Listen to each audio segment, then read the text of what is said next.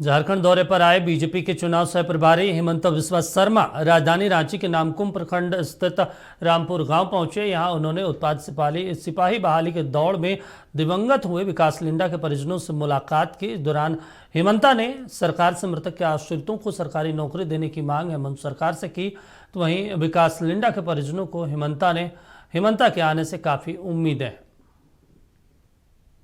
हकीकत क्या है वो तो कोई जांच होगा तभी पता चलेगा, लेकिन एक बात आप देखिए कि ये फुटबॉल प्लेयर भी थे, यहाँ में वो दौड़ भी रहा था, कभी उनका कुछ बीमार नहीं हुए।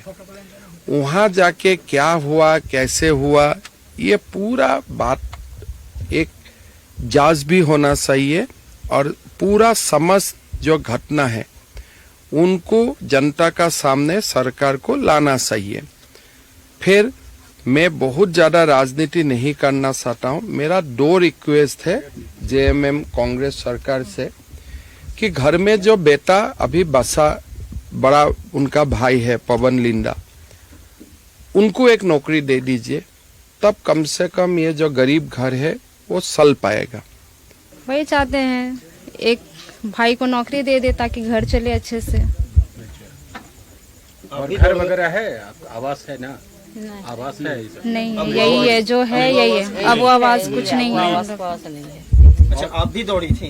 दौड़े नहीं थे, मेरा 2 को था, तो फिर हम भाई का ऐसे हुआ तो हम लेके आ गए भाई को यहाँ। अच्छा, भाई